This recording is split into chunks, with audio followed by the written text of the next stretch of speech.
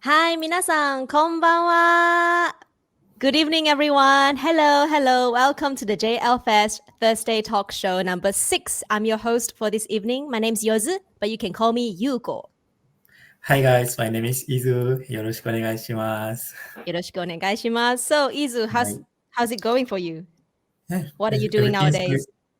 Yeah, Good? I'm just work from home. Yeah, so Yeah, I I'm think that's really what scared to go out. Yeah. yeah, everyone is doing that. Same here. I'm also staying at home. So for those who are joining us tonight, welcome. And I hope that today this talk show has brought you some information, helped you learn something. And yeah, let's have a wonderful Thursday night together. So, Yes. Izu, what do you know about the guest tonight? I heard that he's from Italy, Mm-hmm. but I think we need to wait for him Yep. to introduce To talk himself. about himself. Yeah. Yeah. Sure. We actually have a video of our guest tonight because tonight we'll be talking about various topics ranging from why is our guest interested in Japan and range all the way to how do you get job opportunities in Japan. So it's a pretty wide range of discussion that we're going to touch today. Yes, So please. without further ado, let's have a look at his video. Doga yoroshiku onegaishimasu.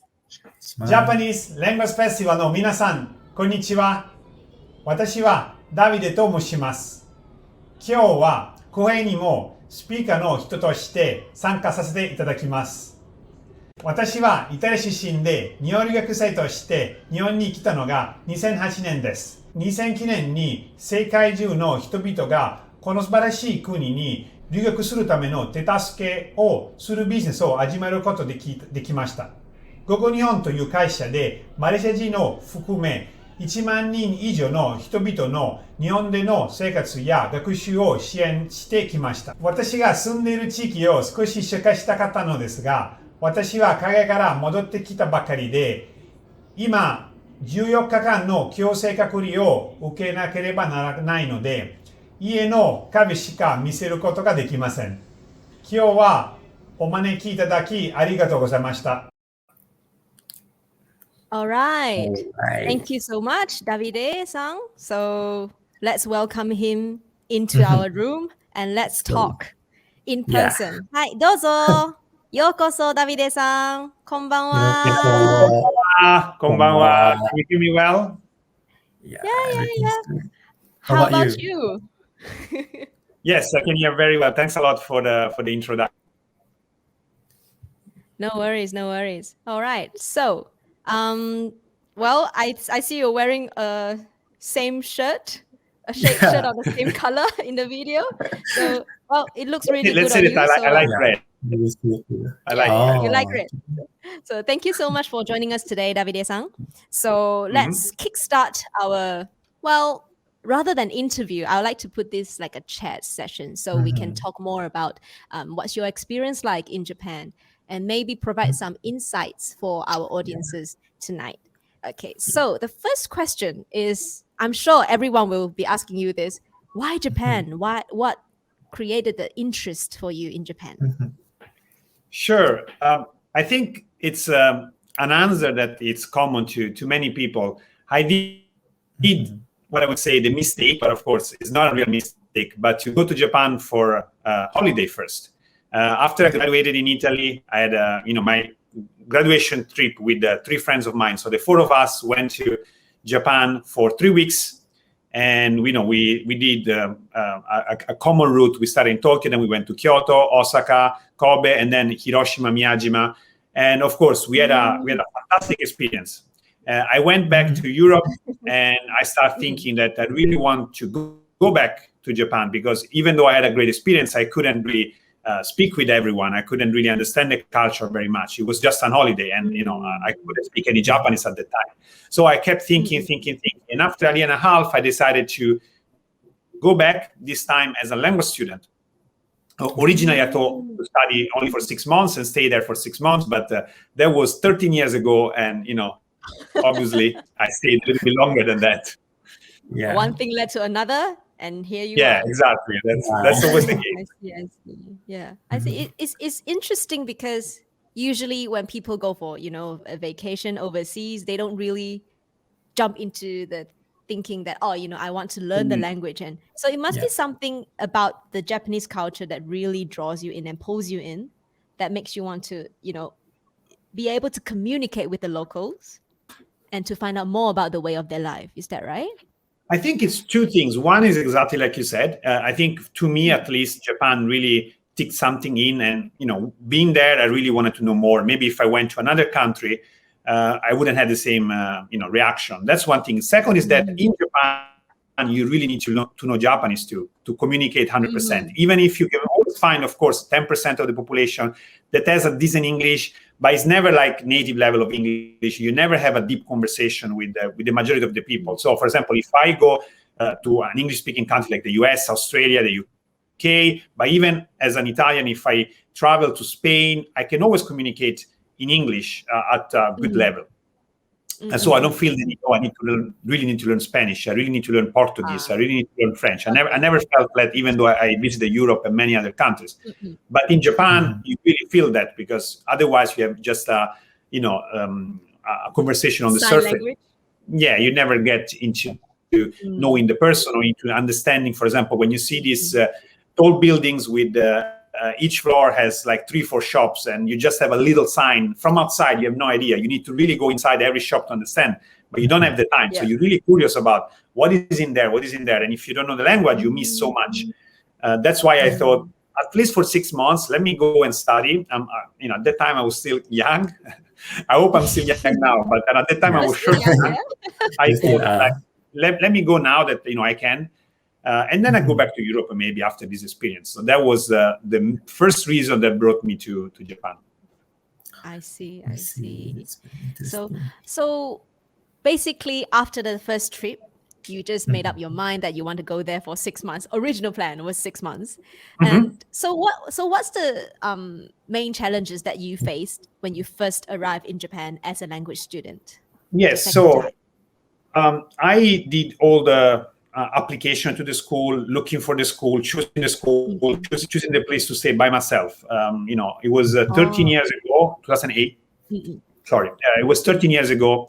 Actually, I started the application process, I think, in 2007 to be able to be there in 2008. So it was 14 years ago. And at that time, you couldn't really find, videos or, services that can support you, help you, at least give you an understanding of how the school looked like, how the accommodation looked like. So for me, the biggest challenge was basically starting a new life without having seen anything, where to live, where to go to school, where to work. So you really had no idea. And of course, I found out, for example, the first accommodation I had was really different than what I was told. And that was, of course, first a waste of money, second a bad experience, because it was very, very, very small. The bed was on a loft with like this size from my nose every night to sleep. So it was almost scammed. I was almost scammed. Actually, I was, because I was paying $1,000 for something that I found out that normally you could pay maybe 500, so double price. That was 14 years ago. Now I want to just say, everyone that is planning to go to Japan, it's easier to don't get scammed. It's much harder to be in this bad situation. But 14 years ago, without YouTube or social media or agencies that can support you, it was like that. And the school luckily was good. I was lucky because I just found a school that had a decent website. I have no idea, again, the area. I had no idea about how the school looked like, but I had a very good experience at the school. So at least that one was good. But for me, the difficult part was really basically choosing and investing my money, of course, my time, having this new experience without knowing anything until really the day I arrived and I went to my apartment and I went to my school for the first time. Oh, so basically it's like a gamble of luck. So you have to see if you strike like gold jackpot or it's a trap. Yeah, exactly. And at the time it was fine because I really wanted to go. So I think I would have been happy in any case, like you really finally can move to Japan. You really something you wanted to do. And even if the school wasn't as good as mine, even if the apartment was not what I expected, I could move after a month, If you see from the place where I'm now, I think everything was part of the experience. Everything, it's a positive memory. Like of course. everything But, happens for a yeah, reason. It leads you to where you are now. I see. You cannot be that perfect from the first day. Otherwise, what is the fun at the end? It's fun also to change environments and to figure things out. And maybe I need to walk 25 minutes. They told me it's 10 minutes walk, but it was 25. These kind of things. It's good to find out sometimes. Because you had that experience, now you can share the story. You have a story to tell. I think that's like Exactly. major, a good outcome from that. So during your first 6 months or maybe a year in Japan, so what did you do to quickly adapt to the environment? Because you sound like someone who is quick to learn things and just want to explore as soon as you can. So how did you speed up the process? I think that's a very good question, and I think also it depends on each person, because you don't want to really try to be someone that you are not. Like, everyone has a different personality. Everyone has a different way to to push himself or herself to try new things. But the general advice, based on my experience at least, is to really try to put you outside the comfort zone.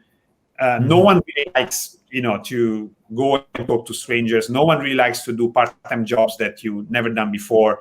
No one really likes to try to speak a foreign language where you just started to study. I think it's natural. No one is really enjoy those things. Maybe very few lucky people, they are really so outgoing that they, don't mind whatever the situation. They don't mind to talk with everyone. But of course, I'm not the kind of person like many of us. I always a bit concerned, especially when I was, 13 years ago. But I think the big difference is that even though my Japanese was really bad, and I went to Japan by myself, so I didn't have friends at the beginning. I always tried, when my schoolmates, for example, they say, let's go for lunch, let's go to grab something after school. I always try to go with them. And actually happened that most of my classmates at that time were from Korea. At that time, there were so many Koreans in Japan. Now it's completely changed. Now things are changing. Now there is maybe Chinese, Vietnamese, and European. Europeans actually are increasing a lot in Japan. But at that time, Korea, I think it was very many Koreans were in Japanese language schools, and my class, half of the people were Korean. So I started just to hang out with the Korean group, and I made a lot of friends. I started to learn about Korea, which is amazing, because you don't just learn about Japan, but when you go as a student, all your classmates are from all over the world, so you learn about other cultures too. So I started to learn about Korea, and with them, since they are not English speakers, I start to use more and more Japanese. So it was really an important point in my path, or in my life in Japan, having the group of friends at the beginning that I met at the school, because I could practice the language, and then also pushing myself to part-time jobs. I never worked as a waiter in Italy, but I wanted to do in Japan, not just, of course, because having some money from the part-time job is important, but also to practice the language. And that's what happened. Like, a lot of clients, customers, they talk a little bit with you. You need to take orders, and that's part of the learning. You don't want to just study at school, but you really want to put yourself in situations that are new. Let's put it this way. Everyone has a different way. Maybe people from Malaysia, then maybe you can tell me more about it. When they go to Japan, maybe they do this usually, or they do. But of course, you don't want to just be with Malaysian students. You don't want to just leave close the Malaysian embassy and just talk only with Malaysian people and things like that. You want to. It's good to have some Malaysian friends, just in case. You want to keep the people close to you, but at the same time, try to make friends from other countries. Try to make Japanese friends. Try to work part-time in a Japanese shop or in a restaurant and things like that. I agree with the when you mentioned that you have your Korean friends. I agree with that, because if you have the environment that force you to use the new language, you actually improve very quickly, because that's how I found out that I have improved in my Japanese as well. Because when people around me, they can't speak Mandarin, they can't speak English very well, you are forced to use Japanese, because that's the only common language that you have. So I think create the environment, but in order to create that environment, you have to step out of your comfort zone in order to achieve that. Yeah. That's a really interesting outcome, because who would have thought, because of your classmates that are from Korea actually helped you to learn Japanese as well. You don't realize this when you are there. So when I was in school 14 years ago, of course, I didn't think what I'm saying. That's when you ask me now, I can reflect and say, oh, that was really important. That was really the difference. Because if I didn't go out with them, maybe I would have felt a bit lonely. I would have not learned, I would have not practiced Japanese. I would have only made Italian friends. And maybe after 6 months, I say, well, I'm here. Let me go back to Europe, no? So it's really important to sometimes think about and maybe share the experience with some maybe younger students or younger people from Malaysia, from all over the world, that are thinking now to go to Japan, and maybe listening to this, they get a little extra push when they finally arrive in Japan to go out with people, not necessarily Koreans, but could be anyone, could be people from China, people from Italy, people from America. The concept is just go with people that normally you wouldn't go out in Malaysia if you just stay in Malaysia. I see. Yeah. So other than stepping out of your comfort zone, what other advice would you give to those who are interested in going to Japan, say for work or for study or for just experience the lifestyle? Yeah. What would you? I'm a little bit biased, because the thing I do for work is, of course, helping students to go and study. However, I can see the huge difference between who just go to Japan, maybe even for a month or two, trying something out without a clear plan, versus who actually goes to study the language first. And some countries in Europe also have a working holiday visa. I don't know if Malaysian can get a working holiday visa for Japan. Do you know if you can get a working holiday visa? I think we do. Okay. I think we do. Yeah. Okay, so if you have like some Italian cannot have, but people from France can. It depends on the country and the agreements, right? I see sometimes people with a working holiday visa, they use the working holiday visa first. 1 year is very fast. They possibly end up just teaching their language or working in a restaurant only, without learning any language. And 100% of the time, they have to go back at the end of the year. On the other side, when people do a bit of preparation and they learn the language first, either you could learn, of course, if you have the opportunity in your country, but best would be, of course, learning in Japan, where in 6 months, you can really learn a lot. First, you go to study, and then if you can get a working holiday visa, then you can find a job you work after. The chance of success and the chance of really enjoying more your time is much more. So doing the type of preparation, which includes studying and learning the language first for a country like Japan, I think it's very, very important. I think Malaysia, and I want to know from you, of course, I could go there and probably work and make friends and have a good life with English, right? In Malaysia. Yeah. Wouldn't be a problem. I would say that, yes. Yeah, no Japan, problem. I think the quality, it's going to be a huge difference. You can still be, if you have skills, they can still hire you, but then you can only talk with this little group of people, international community. If you want to really try that hidden shop, or you want to go to that faraway museum, or you want to visit a beautiful remote island, then you just cannot do it really by yourself, because you're not going to understand 99%. So you miss really, really a lot in Japan if you don't learn the language first. I see. Okay, so I will pass the next segment to Izu, and Izu will ask you about the business in Japan. Thank you, Yuko-san. So Davide-san, so let's talk about, because you said you already passed your study and then do some part-time and also start a business in Japan. So this is, for my perspective, it's not easy to set up a company in Japan. So may I know, how do you set up your company in Japan? Yes, sure.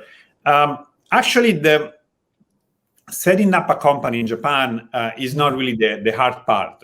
There are some paper to prepare, there are some fees to pay, but the procedure is decided, and it's something you could even do by yourself, because it's really a structured set of things to do. It's relatively easy to do it. What is difficult, though, is as a foreigner, get a business investor visa, or let's call it the official way, it's business investor visa, Toshi visa. Okay. But the easier way to explain is basically a visa as a business owner. So when you set up your company, you want work for your company, and you need to stay in Japan. Since you're a foreigner, you need a visa. Then you need to get this visa.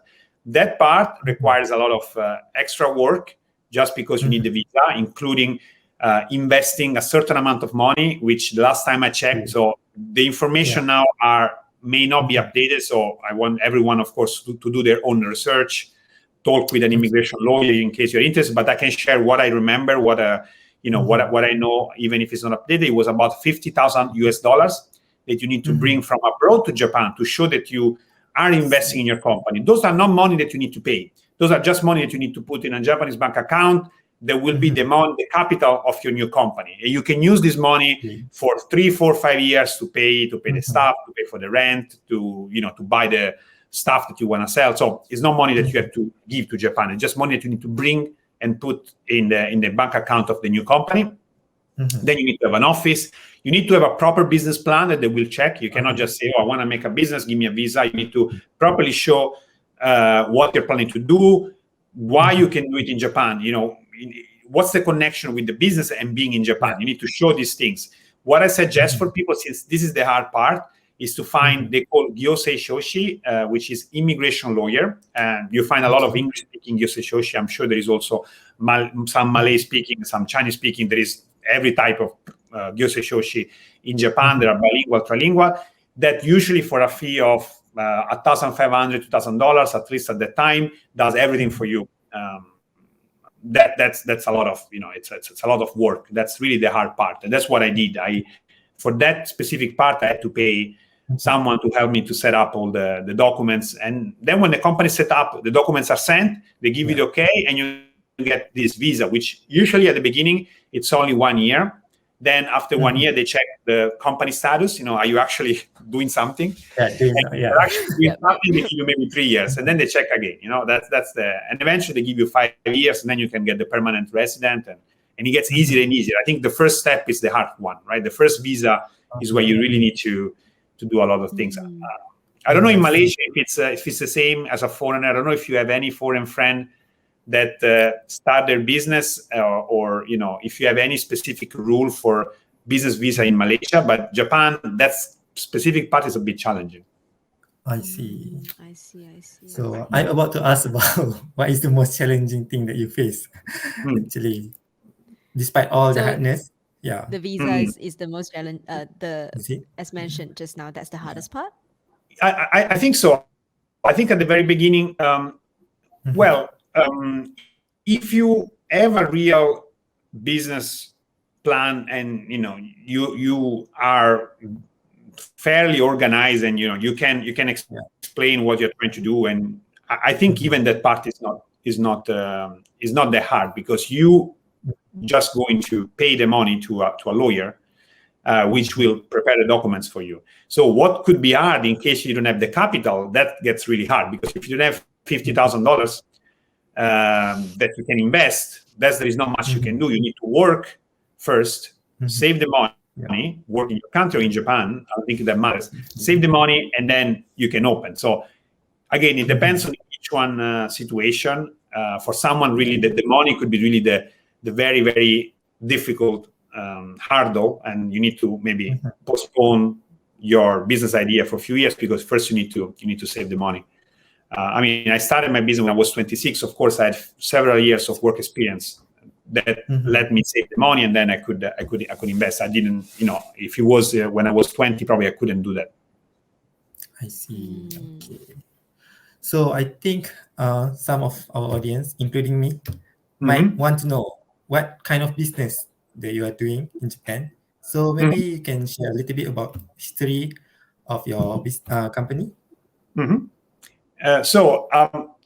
When I first went to Japan, I really never thought about starting a business in Japan, to be honest. And it's not something it's not the reason why I went to Japan. As I mentioned to you, I just wanted to really learn the language.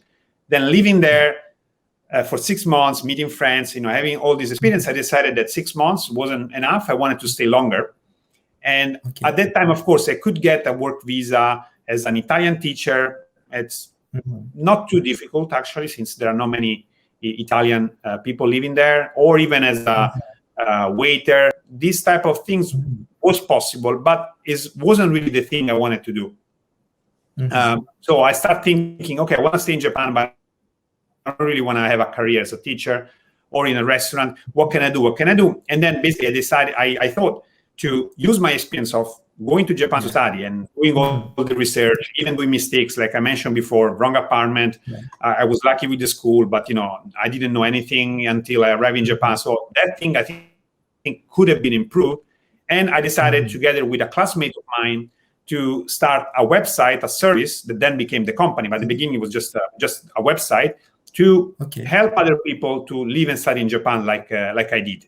So information about accommodation, about schools, about the visa application and process, etc., etc., etc. At the beginning, the service was only in English, Italian because I'm from Italy, Swedish because my the co-founder, the other person was from Sweden. So the two of us made this 3-language website, and things really picked up. A lot of people started emailing us because obviously there was not much information at that time available online. So everyone wanted to ask questions, everyone want to get advice from us and so on.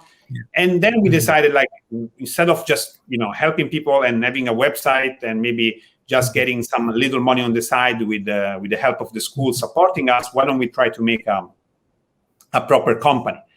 And that's basically where everything started. We just found an immigration lawyer. We set up the company. We start hiring the first staff. That was 2009, 2010, 2011. And then things really picked up because a lot of people really love Japan, want to go to Japan. However, the information out there, still now, it's very confusing. There is a lot of companies or a lot of schools that kind of say the same thing. It's not clear. It's hard to trust a single, a school saying, we are the best, we teach the best Japanese. Of course, it's very hard to trust. Plus, every person has different needs. I want to go to university in Japan. That's why I want to learn Japanese first. Or I want to find employment in Japan. Or I want to just have 6 months, maybe an experience in Japan, but then I want to go back to my country. So depending on the people need, you can advise people in a different way. So yeah, things worked out in these 10 years, and thanks to everyone's help, we managed to bring about 10,000 people in these 12 years. We run the company, Gogo Nihon. We managed to bring 10,000 people to Japan to live in Japan. So I'm really happy that things worked out in all these years. Means that 10,000 people who saved by Davide-san, so that they don't go to the wrong place. We have now a lot of people that are helping, every day, all the students, and so I couldn't do this by myself. There would be too many emails to send. I see. Thank you very much, Davide-san. So let's move to the third segment. Passing to back to me. Okay, thank you, Izu-san. So actually, just a tiny bit of a follow-up question from the previous one about Gogo Nihon. So during your experience of the 10K students that you've helped out, is there any particular case that left a really strong impression with you? Like maybe someone who managed to stay after their studies and started working in Japan, or maybe something like some of the challenges that they faced and they overcame it, and just some sort of sharing stories. Is there anything that you can share with us about? I mean, that's a very good question, and there are many stories that they come up in my mind, because having a lot of students, of course, some of them you can meet. We used to have, now with Corona, of course, it's impossible, but we used to have events where we welcome our students. We know each other, and sometimes we have after 6 months another event, and the same students come back. So you kind of keep in touch with some of them, and then you can see what they do. It's really hard to just point one person in particular. But for example, it's interesting when you receive sometimes an email after 5-6 years about the student that now it's the director of the international department of big university, and that means that this person in 8 years, of course, he studied Japanese, then probably he found employment as a maybe English teacher or I don't know French teacher at the university. Then in 8 years he kept working really well. He kept get promoted, and then now it's a Japanese university that he's actually in charge of that department. And then he just email you after 8 years, so you don't know all the steps, right? And you say, wow, I feel like this. Oh, I remember you. For me, it was just meeting this person lost at the event, just arrived in Japan and looking this, and then now he's so confident, and of course probably he has a family in Japan, and he's stable in Japan, and he's done so much. Sometimes you get this email, and then those are the ones that really make you feel like, well, you've done something. Yeah, it does something. And again, I don't think it's only Japan. I think everyone that goes abroad is outside their comfort zone. Put themselves in a position where you can learn more than just living in the same place you are, has more chances. It's not 100% sure, but you just give yourself more chances to reach an higher point in your career, in your life, because of the choice you made, right? The fact that you are moving to another country. So because you've given yourself like more options, and you've opened up widen your horizon. That's why you get to see something from a different perspective, and basically, I think, reach your maximum potential, I would say, because without, some of the decisions, like for example, maybe if he didn't study Japanese all those years ago, he wouldn't probably be teaching in a university like that. 100%. Yeah, his life wouldn't turn out this way. If this was like those choice like point A, point B, the game that you play, like he would have led a very, very different life. That's very interesting one.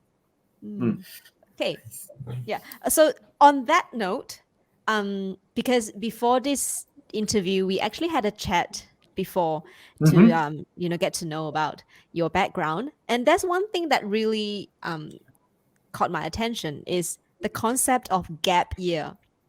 So let me share a bit about gap year. Is that I've never heard about this when I was in Malaysia. I only found out about this when I moved to Australia with my family, because my dad found a job there, and we just moved there and started studying high school. And after high school, I remember having this conversation with my mates, and they would say, "Oh, so are you doing a gap year?" I'm like, "What's a gap year?" And they're just like shocked. You don't know what's a gap year? Yeah, they're like shocked. And then that's when I realized that it's a thing that we don't know about when back in the days when I was in Malaysia. So we don't have it here. Yeah, we don't. In Malaysia. So in Malaysia, when you finish university or high school, when you finish high school, you go straight to university, right? Normally. Yeah. And when you finish university, you go straight to work. Yeah, that's the general idea. When you finish work, you go straight to, I don't know, retirement. There is no, there's no gap. Everything goes well. You have no gap. I understand. Yeah. That's the. Sometimes some people they maybe started working after university and then they go back for masters, but generally is either is alternating between work and study. There's no gap year. Do you have a gap in careers at least? Like, do you have, for example, after 5-10 years you're working in this company, you can get 6 months, 1 year without being fired by the company, but you are allowed to get 6 months, 1 year doing whatever you want. You don't have to go abroad, but of course you can just take time off and then go back to the same company. Do you have this thing as well? No, you don't have. I'm going to give you a face of I'm not sure. What are you talking about? Okay, sure. I'm not sure. The first time it's actually the first time I heard about this. Yeah, same. In Europe, I don't think every country, but you have this. So basically, after you work a certain amount of years, it has to be at least, I think, 5 years, the minimum. And then if you work 10 years, you get more time. In the same company, you by law, you are allowed to get 6 months off. That of course you don't get paid. It's not that they pay you to be off, but for example, you can go to Japan for 6 months, study Japanese, come back, and they cannot fire you. They cannot change your job. You are allowed to stay your job just for your, I think, for the mental health of the person. Like imagine you work 10 years, same job.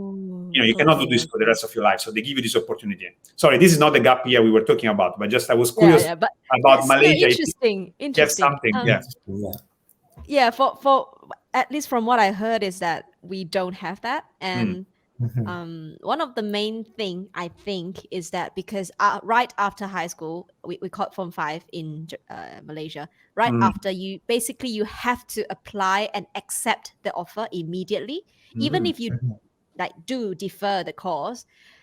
It's only for how long, Izu? Like a year? I think a year or two. If I'm not and mistaken. usually people would just go and study straight away because it's safer that way, and that's what everyone is doing. It's I think if you don't have in your culture this, it's difficult for one person to do it, because then his resume will look weird. They say, why did you do this? If everyone does it. What happened that? What happened? I understand that. Yeah. But can you share a bit about gap year? What is it like? It's because for you going to Japan, it is like a gap year, isn't it? Not exactly, because I started to work right away, like you do in Malaysia, actually. Okay. Interesting. In the UK, not in Italy. I didn't want to work. I just went to the UK and I started to work right away. For me, it was really between jobs. I worked 2 years and a half, and I felt, again, I can still do it. I'm young. I can still do it. I wanted to learn Japanese. I can always go back to Europe and do the same job. So let me do it now. So it's a bit different about the gap year. Gap year that many people do, especially in North Europe, more than South Europe, I would say. But, in Europe, everyone would understand gap year, I think. It's you finish university, and instead of starting to work right away, you already have in your mind that the day you graduate, for 1 year, you're just going to do what you want to do. Because then when you start working, of course, you have to kind of work, right? You cannot really have 1 year holiday or 1 year study abroad experience anymore. So before you actually start working, you take this year. In Sweden, Norway, Finland, even after high school, they do it. High school, 1 year, gap year, and then you start university, and then you work. So it depends on the culture. It could be after high school or after university. But basically, you use that time before you start working, because you know that when you work, you will never have 1 year holiday so easily.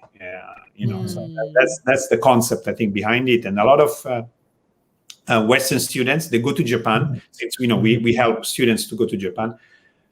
Not really for finding there are many people that go there to find employment. There are many people that go there to find a good university, so they want to go to university after they learn Japanese, or they want to work in Japan. But there's also a lot of people that just want to have the experience of living in Japan. They want to learn the language, but then they're already planning to go back to their country and work in their country, but still keep, of course, this experience with them. Keep the Japanese, maybe work with Japanese in their country, but they don't necessarily want to stay in Japan, because it's a 1 year gap. It's not forever. So we have a lot of people like this from Europe, actually. Oh, so like they go to Japan and they study Japanese, and when they're back in their home country, they would work in, say, maybe Japanese business or Japanese company in Japan, or they will try to do some business with Japan. There's many possibilities, but most of them they would like, of course, to work on a Japanese company in their country, because they have, and since they've studied Japanese, they also lived in Japan for 1 year. There are more chances to get the job, because they understand the culture, they can communicate, they can talk. I see. Just a slight correction. Just now I say that right after high school, Form 5 in Malaysia, you can go to uni. You actually need to go through matriculation or Form 6. So extra a year or two, it's like pre-U before you can proceed to university. So I think maybe that's the because it takes time. It takes up time before you can proceed to university. So maybe people want to get through it as quick as they can, as soon as possible. So that could be part of the reason why that it's not a thing here. Yeah, but I think it sounds like a really nice culture to have. It's something interesting, and it provides some because who knows, like during your gap year, you might come across something that you never experienced before, and then you realize, oh, this is what I want to do Yeah. for the rest of my life, or maybe like a newfound passion or something. Mhm. Yeah. So I think this is an interesting one, because usually when I talk to my Malaysian friends who are interested in going to Japan, they would either tell me they want to continue for further studies in either a master course or a PhD, or they want to find a job there. Mhm. And it's never really experienced Japan, not in Mhm. that sense. It's usually for work or study. So which is why when Davide, you mentioned about the gap year thing, and I was like, oh, okay, this is an interesting one, because maybe for most of the Asian background, or for people from the East, we would jump into the box of, oh, okay, it's either work or study. But maybe from the West, you provided insight, oh, it could be just experience There's about another life. option. Yeah. Yeah. That's another option. That's more that you can do. I see. Yeah. And like you said, I think it's true that actually people that go to Japan with this in mind, then they realize that's really what they want to do. They don't really want to go back. So at that point, it started as a gap year, as an experience, but they realized is what they want. At that point, they decided to go to university in Japan instead, or they decided to accept a job offer in Japan. So we also have these cases.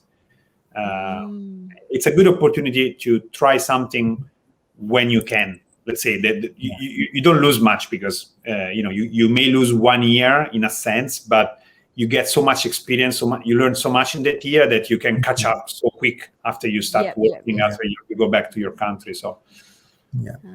I see. Exactly. Yeah. So, Izu-san, you have any other questions that you'd like to add to the gap year? Because I didn't complete my high school studies in Malaysia. So I actually sort of had a gap year, but my gap year was in Australia, not in Japan, I unfortunately. see. Yeah. I didn't have the concept of wanting to spend my gap year in Japan at that time, because I wasn't as fluent in the language at that Okay. time. And so what do you think about like the gap year, Izu? Yeah. That's Have you heard about this before? not in Malaysia, not in Southeast Asia, I think. Not in Asia, I think. Yeah. Mostly from Europe, from Northern Europe, because I have some friends online. Yeah, they said I'm currently in my gap year, and I'm planning to go here and to go there and experience new things. So that's very interesting, because we don't have that here in Malaysia. Yeah, that's my point of view. Okay, so let's check if we have any questions from the public, because today we talked about many things. We talked about how Davide-san, how you started your journey in Japan. 6 months turned into 13 years. And how did you start your business in Japan? And what does Gogo Nihon do for people who wants to learn Japanese or visit Japan, experience Japan? And we talked about gap year. So this is something that you can think about, not just going to Japan is not necessarily just for work or for study. You can also take it as an experience, just opening up your horizons and just experience more in life. So any questions from the public? Let me just Let's see have a if there's look. any question from public. Okay, so we have Mizi Ho-sang. He asking how can I utilize my gap year if I decide to have one? I think this is specifically for Japan, I think. For Japan, is that Yeah. how can I utilize my gap year? Yeah, let's approach that question in that sense. Like, how can I utilize my gap year in Japan if I decide to have one? I think the good thing about the gap year is that it's really up to you. It's something absolutely up to the person. Depends, of course, of your budget and everything. But if you want to go to Japan and just travel for 1 year, technically, that's also a gap year. It doesn't have to be something specific. If you want to learn the language in 1 year, you can learn a lot, because you study every day, 3-4 hours a day. if you want to learn some skill and you have the connection, you want to learn ikebana, you want to learn something, you can also do in Japan that. So it's really an open year, and the good thing about the gap year is up to the person to choose what to do. Since I work with students, the conversation that I have with you when we prepare this streaming, it was specifically about the students coming from Europe that they specifically say, I want to spend my gap year in Japan to study the language. But it's not the only way to go to a language school and do the gap year there. Means there's no right or wrong, right? No right or wrong. It's what you want to do. It's up to you. Freestyle. Otherwise it becomes like something you have to do this after this. We don't want to do that in the gap year. We want to be really free and enjoy and be fresh when we start working when we finish the year. Oh, by the way, just a quick one, because just now you mentioned that some people would go to Japan and learn about ikebana or shodo or chado. Have you guys taken in any students that just specifically want to learn a specific aspect of the Japanese culture instead of the language? We don't do that. It's a bit more. It's very different to go to study that in Japan. Of course, if you want to study for 3 months or less, I don't know the situation with Malaysian passport, but most of the countries in the world, they can go in Japan for 3 months or less. And just as a tourist, you can do whatever you want. So you can attend any class for 3 months. However, there is a visa called cultural visa that someone with, for example, an ikebana class or ikebana teacher, a professional ikebana teacher, can actually have students to study for a year, but the teacher has to give the cultural visa directly. So this is something we don't really cover. There are not many of those visas. It's a bit complicated, but it's possible. I know people that really go for long, if they really want to learn, they go for long term. My example was more to say that the opportunities are open to what you would like to do. The most common path, again, for gap year, especially because people are young, and I think it would be a bit of a waste in a sense to spend really 1 year just going around. At least learn the language. I think it's something nice that you will bring for the rest of your life, and it's a skill that you acquire and you will use for the rest of your life. You can make friends easier. You can find job easier, and so on. I agree because actually, thanks to because I've learned Japanese, that's how I came across JLfest. And that's how I came to know new friends, because before coronavirus, I do have some meetups like for language exchange and everything, but now we can't go out. So thanks to this, and I still managed to make new friends because I learned the language. And it's a nice experience, I would say. Absolutely. To know people who share similar passions and the love for the language and the culture. Yeah. Okay, so do we have another question? Oh, yes. So From Tio-san. So is there any tips on learning Japanese? Because now I got no idea how to improve my Japanese since Malaysia is in MCO.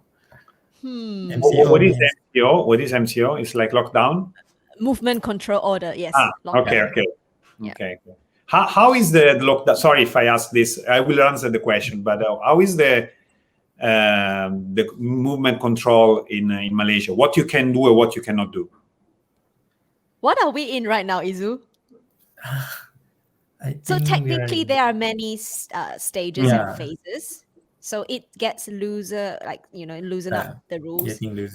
But when it's like the strictest, you cannot leave your house unless it's like a life or death emergency or your work falls under essential services. From what I remember, right now,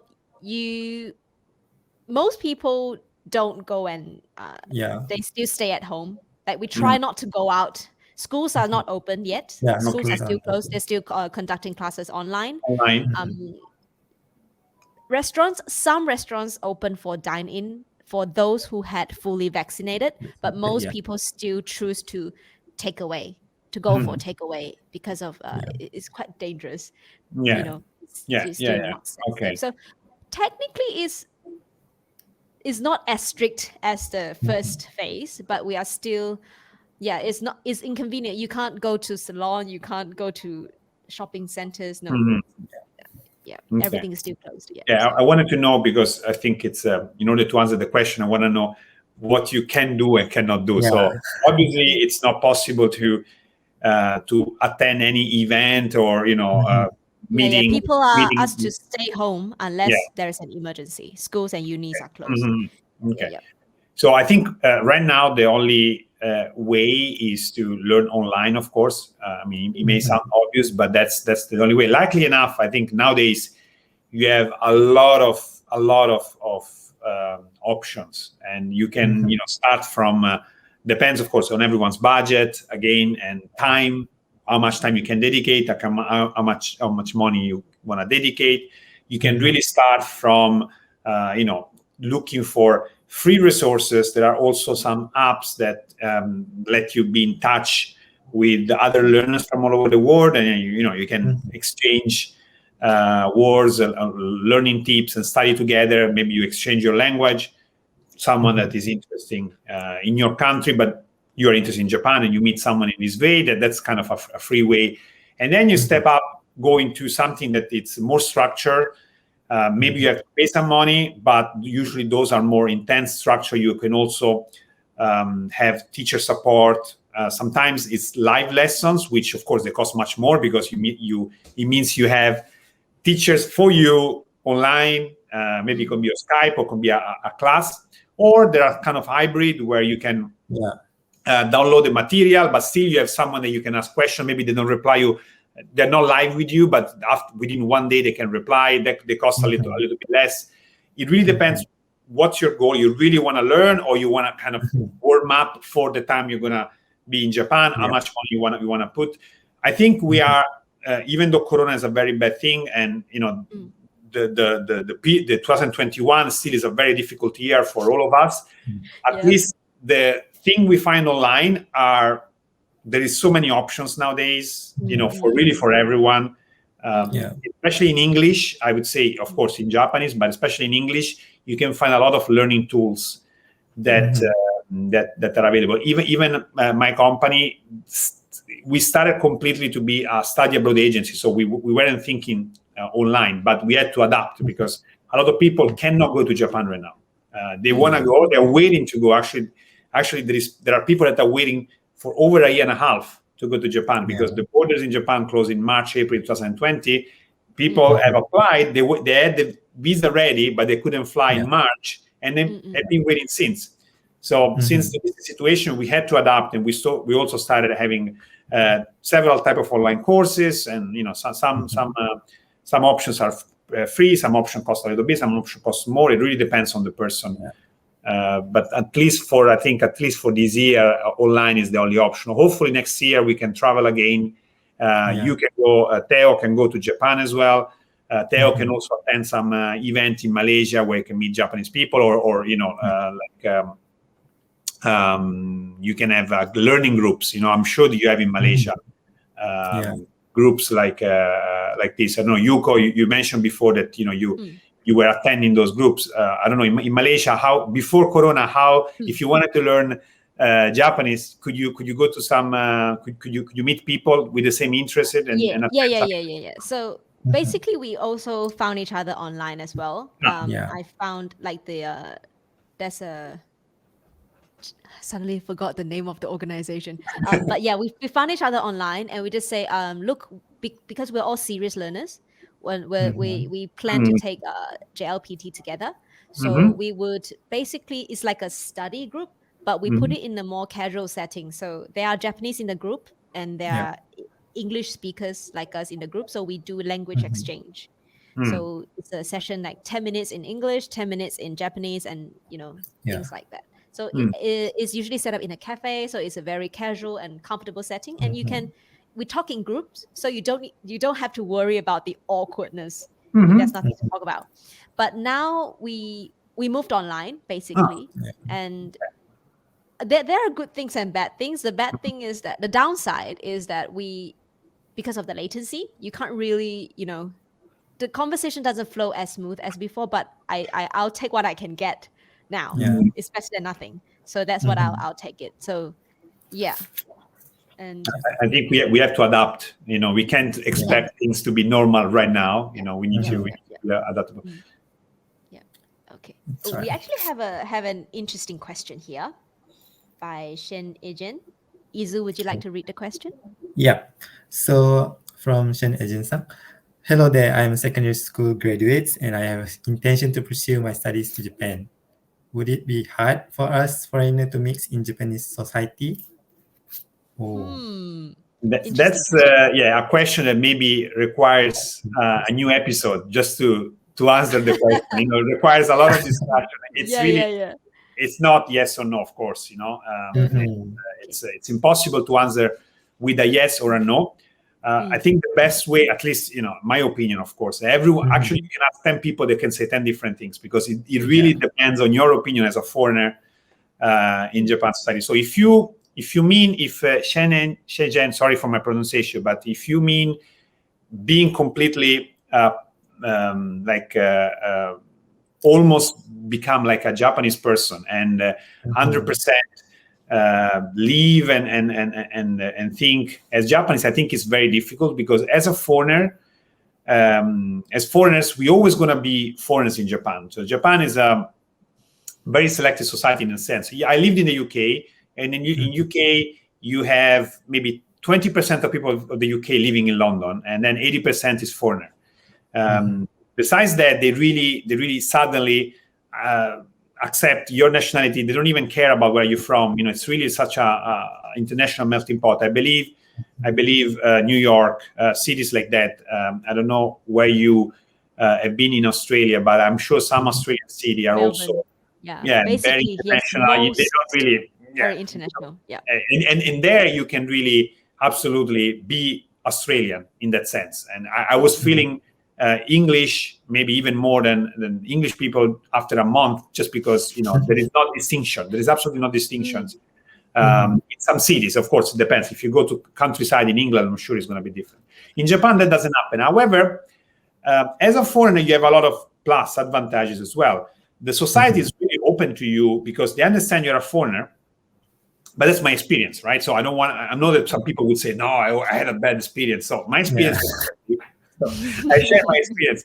As a foreigner, actually, I never had to use, for example, keigo or very polite Japanese. If I do some mistakes, they understand. Actually, they compliment me for my bad Japanese, maybe, or even if I do a mistake, they don't really mind that much. They are curious about where I'm from. They're curious about the food of my country. They're curious about some question. They have some questions for me. They are interested about the fact I'm a foreigner. So that really helps you to mix. So if the mix is a mix in the sense participate to the society and making friends, I think actually as a foreigner you have an advantage versus a Japanese person in Japan, where everyone. It's hard for you to stand out. As a foreigner, you eventually stand out easily just because you come from abroad. There are not many foreigners living in Japan. The percentage is still very low. So especially not many young foreigners. As you know, Japan has a very low birth rate. So, the country is pretty old. So you are young, you're a foreigner, you surely stand out and you can make friends. So if that's what you mean as a mix in Japanese society, yes. If you think about finding employment, I think more and more now it's Corona time, of course, is difficult. But until 2019, they really wanted to hire foreigners. They really pushed to get more foreigners in their companies. Universities, even top tier universities, since they need to reach some foreign quota, they give more spots to foreigners than Japanese people because they want to increase the number of foreigners. Even if the foreigners got bad grades, you get accepted sometimes. And Japanese, in order to accept, they cannot get there even if they're better grades than foreigners. So there are many things that are positive for foreigners, but you will never be 100% a Japanese in that sense. Right. Okay, so thank you so much for sharing about this. I think this is an interesting topic, and maybe sometime in the future, I don't know, we can talk about it again, maybe? I don't know. Sure. I mean, the questions, your interview, the show, and also the questions we got at the end from the people watching were really, really nice and really good. So I'm happy I could answer them. Thank you so much for joining us today, Davide-san. Thank you so much. And I hope you enjoyed the chat session with us. And thank you so much for sharing your insights. And just before we leave, one final question. So Yes. we ask this to all our guests every interview. What's your favorite Japanese word or phrase and why? Okay, so for me, there are a few words, of course, that I like, but one word which is very manly, very convenient in Japan, you can use in several situations, is mottainai. Mottainai. It's a very, very simple word, mottainai. And you can describe something that it's wasted, like what a waste. You could use, for example, since nowadays there is a lot of plastic, food, water waste that have an impact on the environment. So it's important that people in the whole world, not just in Japan, have a culture of mottainai. So when there is something, for example, that it's wasted, like there is delicious food, someone prepared good food for you, or there is still half glass of water, and you just throw it away, or you want to get rid of it because it's late. You say mottainai, I will eat it because it's a waste. What a waste. There are many uses of the word. I think the time it's almost there, so I'm not going to make a long discussion about the word. But if for everyone watching, I think you can search online mottainai. You find 2 or 3 uses. Japanese people use it a lot, so it's really cool for you to start practicing with it and maybe use with your Japanese friends. They will like it. Yeah, they will like it. Yeah. I like this word. I like how it sounds too. Mottainai. It's cute. All right. Okay. Thank you so much for joining us today, Davide-san. And thank you to everyone who tuned in and watched this Thursday talk show stream. And we'll say goodbye for now, and we'll see you in the next Thursday talk show. Bye bye. じゃあね。ありがとうございました。バイバイ。ありがとうございました。